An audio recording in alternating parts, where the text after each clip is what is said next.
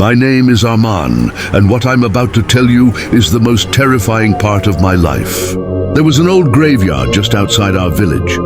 Since childhood, we were always warned never to go there after sunset, but we never took it seriously.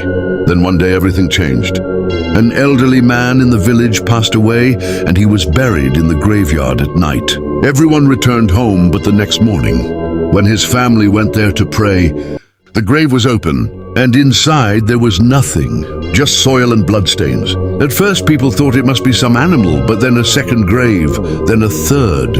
Every time someone was buried, the grave was found open, and the body missing. Fear spread across the village.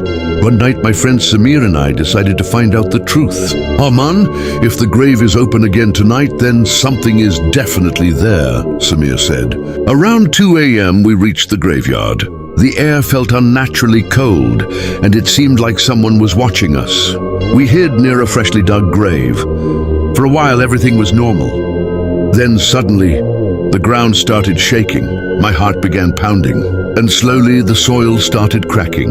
A dark hand came out, then another, and then it crawled out completely. A witch. Her hair was long and tangled, her eyes pure white, and her mouth covered in blood. She walked straight to the grave and began digging with her nails. Within seconds, she pulled out the corpse, and without any fear started eating it. Samir and I were frozen in shock. A small scream escaped Samir's mouth, and that was it. The witch stopped. She slowly turned her head and looked straight at us. Her neck twisted in an unnatural way, and she smiled. "You saw me," she whispered. The next second, she ran toward us. We ran for our lives. After that night, everyone in the village found out. No one took the risk again. People stopped going to the graveyard. They even stopped burying the dead. The graveyard became deserted, but the story didn't end there. A few days later, people started disappearing. At night, they were taken from their homes. No screams, no sound. Only in the morning, blood trails were found on the ground. And those trails always led toward the graveyard. Now the witch wasn't feeding on the dead anymore, but on the living. One night Samir disappeared too.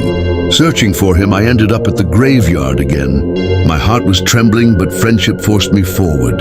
And what I saw, I can never forget. The witch had dragged Samir there alive. He was screaming, begging for help. And she was slowly eating him. I couldn't even move. My friend was dying right in front of my eyes, and I couldn't do anything. Then she stopped.